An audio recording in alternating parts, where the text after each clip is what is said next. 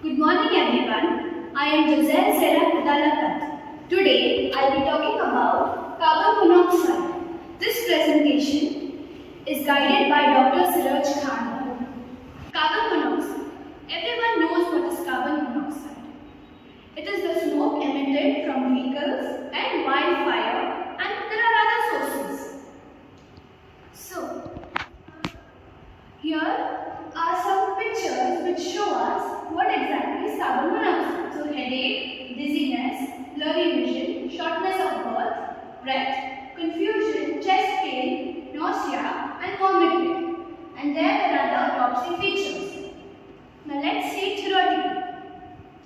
So carbon monoxide is a colorless, odorless and non-irritant gas which cannot be perceived by the senses.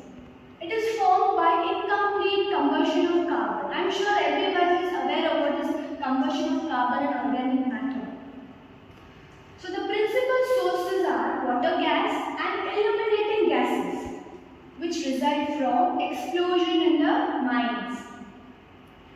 Now let's see the signs and symptoms of carbon monoxide. So they mainly depend upon the degree of saturation in the blood. This gas which is odorless and non-irritant, so the onset also will be similar. So the onsets are also inside us, that means they are hidden. A feeling of lassitude emerges into a state of drowsiness and dullness, which is then followed by stupor and coma.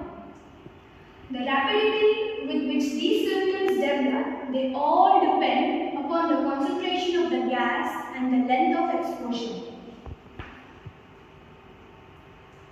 So, what will be the treatment then? So, basically the simple treatment would be when a person is affected by it, he or she should be quickly taken to fresh air, and the body warmth also should be maintained.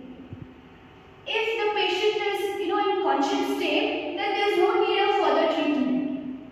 But if he is not, then quickly oxygen elimination of CO should be done. Artificial respiration will be necessary if breathing is slightly irregular. Whole blood transfusion is useful in grave cases.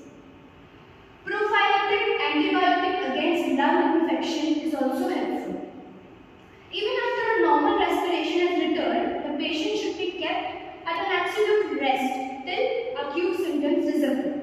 So even after the patient comes to his normal respiration, he has to be kept under rest.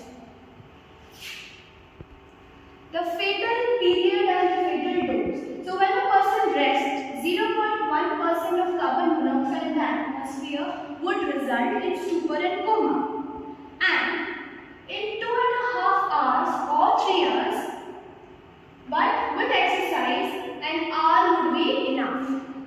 An hour will also suffice if exercise is carried out. A 1% concentration will result in stupor and coma within 20 to 25 minutes or 15 to 20 minutes. A diseased or drunk may succumb or to lower saturation. It might go to lower saturation if the person is drunk or diseased. Now these are the postmortem appearances. Externally, you can see fine froth at the mouth and the nose. The color of the skin, especially after these postmortems are done, the postmortem staining will have the fair. If a person is a fair-skinned person, then whenever there are postmortem staining, you will see bright cherry red color.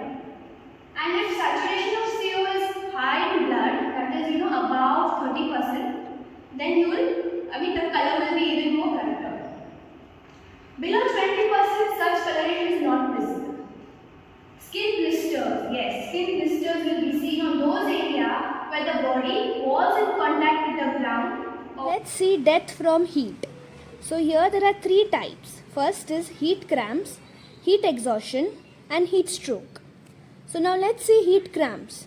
They are painful spasms of the voluntary muscle which follow strenuous work in a hot atmosphere. This heat cramps mainly occur in miners or stokers. Now next is heat exhaustion. Heat exhaustion can also be called as heat collapse or heat syncope or heat prostration. This is a condition of collapse without any elevation of body temperature which follows exposure to hot and humid atmosphere. Next is heat stroke. Heat stroke is also known as sunstroke or hyperpraxia.